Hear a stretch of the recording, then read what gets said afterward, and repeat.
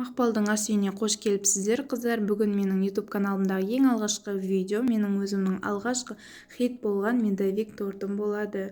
Өте дәмді, ауызда еритін керемет медовикті сіздер менімен бірге жасаңыздар. Ең алдымен ыдысқа медті саламыз, үстіне сода саламыз да, жай отқа қойып, жайлап араластырып тұрамыз да, және көпіршігі пайда болғанша ұстаймыз.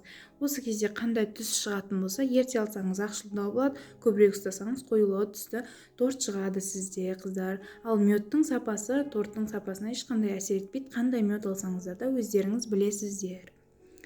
Осылай көпіршік шыққан кезде жақсылап араластырып тұрыңыздар.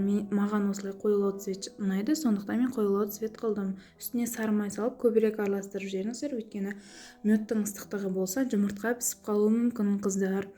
Жұмыртқаларды салып, арқасынан шекерді саламыз. Кейін қыздар венчиктің де миксердің де қажеттілігі жоқ, өздеріңіз білесіздер.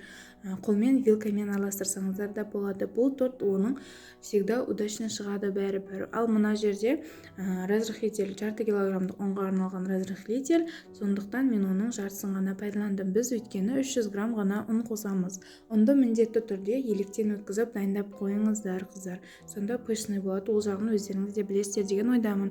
Кейін дайын болған тесто осындай қоюлықта болады да, оны 3-ке бөліп пергамент қағазына жайып аласыздар. Кейін қызып тұрған 180 градуста қызып тұрған печкада пісіріп аласыздар. 10-15 минутта піседі. Даже 5 минутта пісуі де мүмкін, печка қатты қызып кетсе. Печканың қасына кетіп қалмаңыздар сондықтан. Енді крем дайындауға кірісейік, қыздар.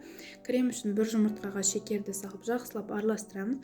Одан кейін үстіне ұн қосамыз. Ұнды да жақсылап араластырып алғаннан кейін бізге жарты литр ғана сүт керек болады. Оны жай-жаймен аз-аздан салып араластырамыз.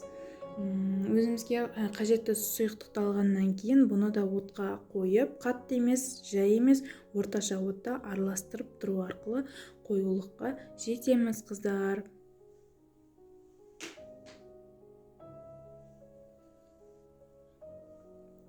Міндетті түрде астын тоқтамай араластырып тұрыңыздар, себебі асты жабысып қалса, креміңіз комок-комок болып қалуы мүмкін.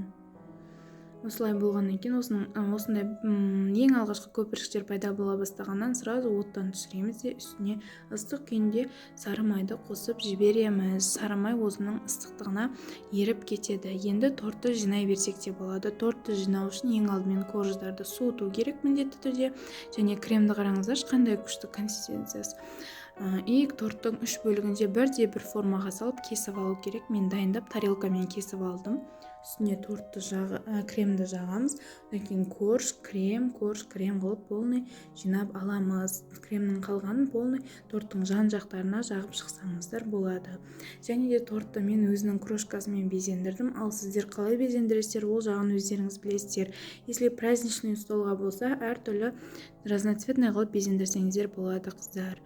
Қыздар, жасап көріңіздер, всегда удачно шығады. Менің барлығын описаниеға қалдырып кетемін, керекті заттарды, және сол жердегі мен тура жасасаңыздар, ешқашанда жаман болып шықпайды бұл торт. Және де жақындарыңыз сіздерге өте қатты риза болады. Сіздерге ұнаған болса лайк басып, комментарий қалдыруды ұмытпаңыздар, және де подписаться етіліп қойсаңыздар, өте қуанышты болар едім, қыздар. Алдағы уақыттарда сіздерге пайдалы видеолар шығаруға тырысамын, қыздар.